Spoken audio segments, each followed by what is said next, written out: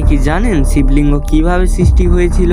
একবার ক্ষীরসাগরে ভগবান বিষ্ণু যোগ নিদ্রায় নিমগ্ন ছিলেন। তখন সেখানে উপস্থিত হন সৃষ্টিকর্তা ব্রহ্মা। বিষ্ণুকে ঘুমন্ত দেখে ব্রহ্মা ক্রুদ্ধ হয়ে নিজেকে শ্রেষ্ঠ ঘোষণা করেন। কথা কাটাকাটি থেকে শুরু হয় ভয়ঙ্কর যুদ্ধ।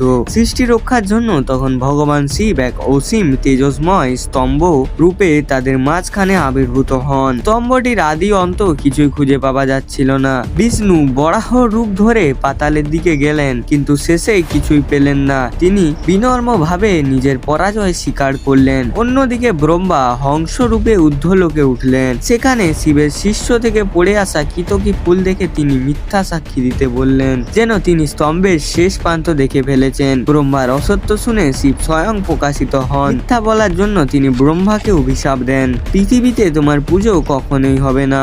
তেজিময় স্তম্ভ আজ পূজিত শিবলিঙ্গ রূপে।